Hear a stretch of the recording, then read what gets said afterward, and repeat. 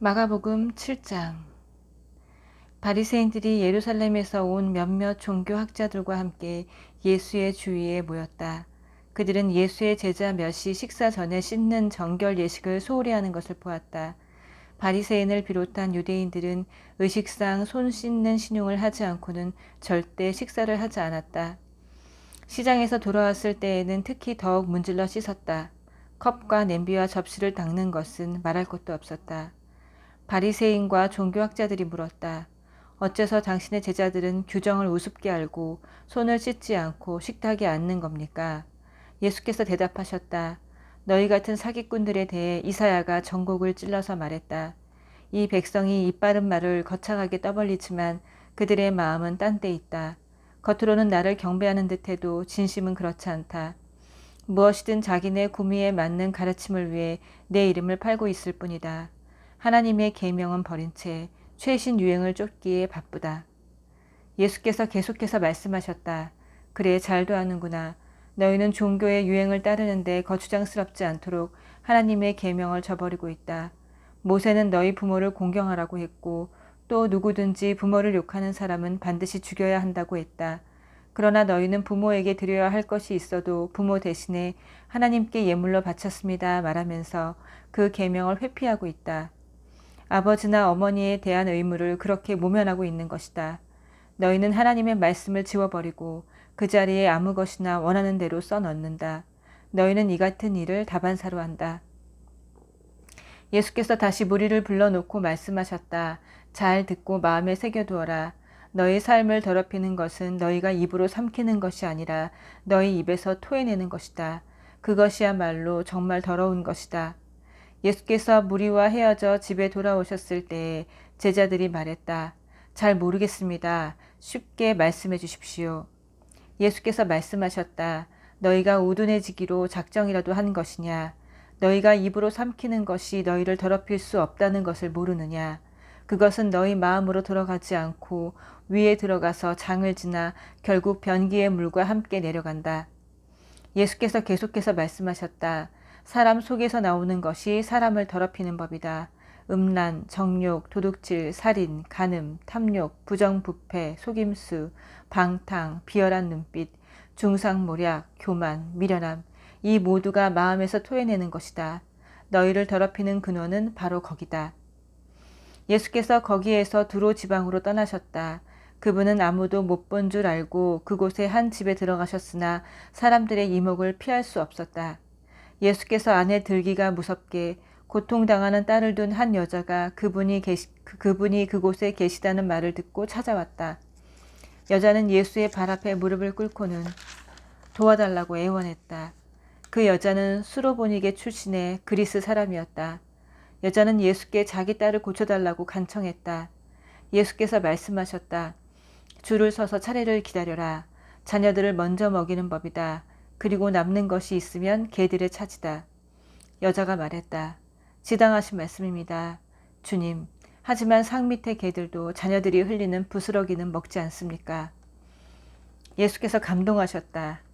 내 말이 맞다. 가거라. 내 딸이 더 이상 고통당하지 않게 되었다. 괴롭히던 귀신이 떠나갔다.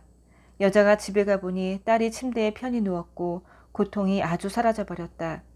예수께서 다시 두로 지방을 떠나서 시돈을 지나 갈릴리 호수로 돌아와서 데가볼리 지방으로 건너가셨다.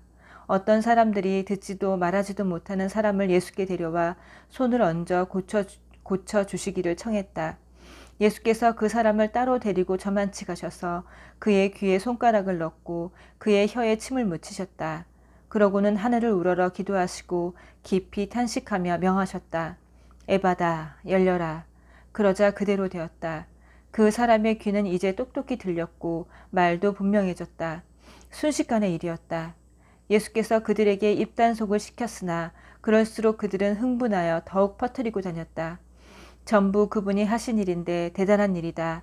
그분은 듣지 못하는 사람도 듣게 하시고 말하지 못하는 사람도 말하게 하신다. 8장. 그 즈음에 예수께서 배고픈 무리 앞에 다시 서게 되셨다. 예수께서 제자들을 불러 말씀하셨다. 이 무리를 보니 내 마음이 몹시 아프구나. 이들이 사흘이나 나와 함께 있었는데 이제 먹을 것이 없다. 배고픈 채로 돌려보내면 가다가 지쳐 쓰러질 것이다. 이 가운데는 멀리서 온 사람들도 있다. 제자들이 대답했다. 저희가 어떻게 하면 좋겠습니까? 여기 광야에서 어떻게 음식을 살 수 있겠습니까? 예수께서 물으셨다. 너희에게 빵이 얼마나 있느냐? 7개입니다. 그들이 말했다. 그러자 예수께서 무리를 바닥에 앉게 하셨다. 예수께서 감사를 드리신 후에 빵 7개를 조금씩 떼어 제자들에게 주셨고 제자들은 그것을 무리에게 나누어 주었다. 마침 거기에 물고기도 몇 마리 있었다. 또 예수께서 물고기를 가지고 감사를 드리신 후에 제자들을 시켜 사람들에게 나누어 주게 하셨다. 사람들은 배불리 먹었다. 남은 것을 거두니 7자루였다. 식사한 사람이 좋기 4,000명이 넘었다. 그때야 예수께서 사람들을 집으로 보내셨다. 예수 자신은 제자들과 함께 곧바로 배로 가서 달마누다로 떠나셨다. 그들이 도착하자 바리새인들이 나와서 예수께 바짝 달라붙었다. 그러고는 자신을 입증해 보이라고 그분을 괴롭히며 궁지로 몰아세웠다. 예수께서 노하여 말씀하셨다. 어찌하여 이 세대는 기적과 같은 증거를 찾아서 난리들이냐. 내가 이것만 분명히 말해두겠다. 너희는 꿈에라도 증거를 받을 생각은 하지 마라. 예수께서 그들을 떠나서 다시 배에 올라 건너편으로 향하셨다. 그런데 제자들이 점심 싸우는 것을 잊어버렸다. 빵 한 덩이 외에는 배 안에 빵 부스러기 하나 없었다. 예수께서 경고하셨다. 단단히 조심하여라. 바리새인과 헤롯 당원의 더럽게 하는 누룩을 각별히 주의하여라. 그러자 제자들은 깜빡 잊고 빵을 가져오지 않은 것을 두고서 서로 책임을 따졌다. 예수께서 들으시고 말씀하셨다. 빵을 잊어버렸다고 이 소란이냐? 내 말뜻을 못 알아듣겠느냐? 그렇게도 모르겠느냐? 내가 빵 5개를 떼어서 5,000명을 먹인 일을 잊었느냐? 남은 것을 너희가 몇 바구니나 거두었느냐? 그들이 말했다. 12바구니입니다. 빵 7개로 4,000명을 먹이고 남은 것은 몇 자루나 되었더냐? 7자루입니다. 예수께서 말씀하셨다. 아직도 모르겠느냐? 그들이 벳세다에 도착했다. 어떤 사람이 시력을 잃은 한 사람을 예수께 데려와서 손을 대어 고쳐주시기를 청했다. 예수께서 그의 손을 잡고 마을 밖으로 데리고 나가셨다. 그리고 그 사람의 눈에 침을 묻히고 그에게 손을 얹으시며 물으셨다. 무엇이 보이느냐? 그가 고개를 들었다. 사람들이 보입니다. 마치 나무가 걸어가는 것 같습니다. 예수께서 그의 눈에 다시 손을 얹으셨다. 그 사람은 이리저리 보더니 시력이 완전히 회복된 것을 알았다. 모든 것이 2.0 시력으로 밝히 보였던 것이다.